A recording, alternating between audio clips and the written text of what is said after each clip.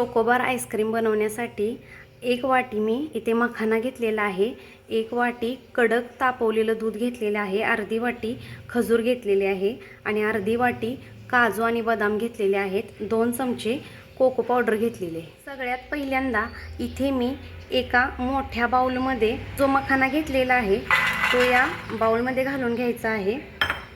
यानंतर काजू बदाम घालून घ्यायचे आहेत आणि खजूर घालून घ्यायचे आहे. 2 चमचे कोको पावडर घालून घ्यायचे आहे आणि यामध्ये आपण जे कडक तापवून घेतलेलं दूध होतं यामध्ये घालून घ्यायचं आहे. आता हे सर्व आपण मिक्स करून घेतलेलं आहे. आता आपण हे अर्धा तासासाठी भिजण्यासाठी ठेवून द्यायचं आहे. अर्ध्या तासानंतर काय होईल, आपण जे कडक दूध तापवून घेतलं होतं यामध्ये मखाना, काजू बदाम आणि खजूर आहे ती पूर्णपणे अशी भिजून आपल्याला मिक्सरच्या भांड्यामध्ये बारीक करून घ्यायचं आहे. अर्ध्या तासानंतर काजू बदाम आणि मखाना पूर्णपणे व्यवस्थित असा भिजेल, म्हणून आपण हे अर्ध्या तासासाठी भिजायला ठेवूया. अर्धा तास झालेला आहे. आता आपण एकदा चेक करून घेऊया. मखाना वगैरे आपलं ड्रायफ्रूट्स आहेत ते पूर्णपणे दुधामध्ये भिजलेले आहेत. आता आपण एका मिक्सरच्या भांड्यामध्ये घालून हे बारीक करून घेऊया.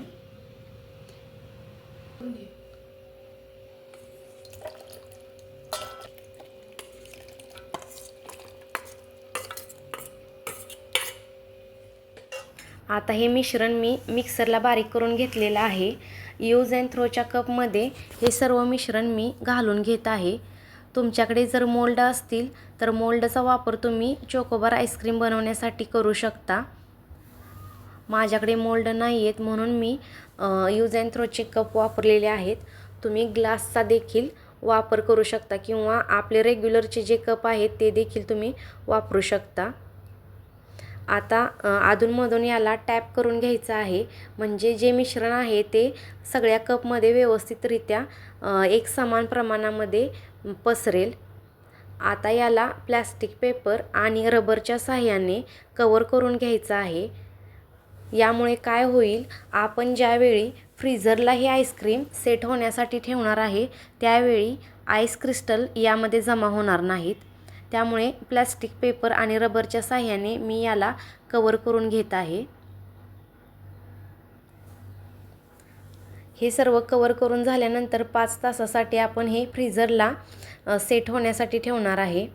आता आपण याला सुरीच्या साहाय्याने थोडासा कट देणार आहे आणि त्यानंतर आईस्क्रीमच्या स्टिक आहेत त्या यामध्ये घालून घेणार आहे. कट दिल्यामुळे पेपर आपला फाटणार नाही, म्हणजे आपल्याला जितक्या प्रमाणामध्ये हवा आहे तितक्या प्रमाणामध्येच तो कट होईल. आता यामध्ये स्टिक घालून घेऊया. यानंतर आपल्याला 5 तासासाठी फ्रीझरला हे सेट होण्यासाठी ठेवायचं आहे.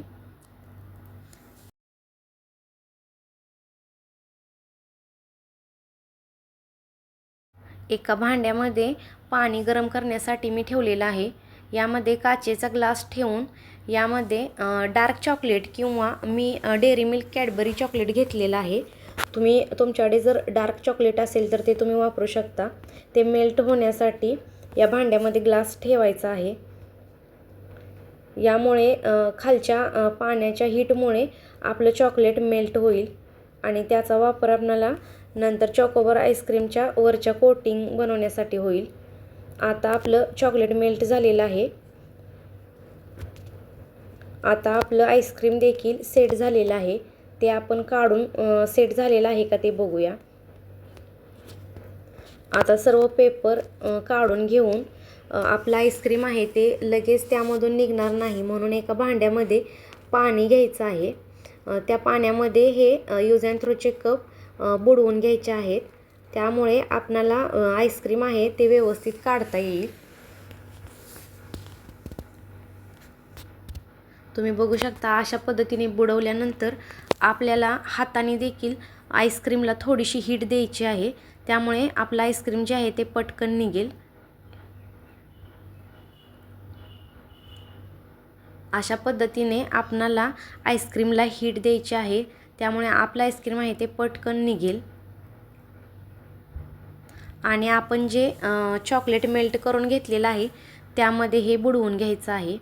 आणि आपलं चॉकलेट देखील मेल्ट व्हायला नको म्हणून आईस ट्रेमध्ये लगेच हे आपल्याला बनवलेलं आईस्क्रीम आहे ते ठेवायचं आहे. त्यामुळे ते मेल्ट होणार नाही. तुम्ही बघू शकता अशा पद्धतीने सर्व आईस्क्रीम आपण तयार करून घेऊया.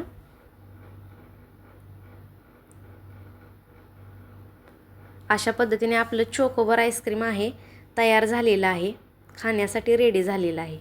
तुम्ही बघू शकता.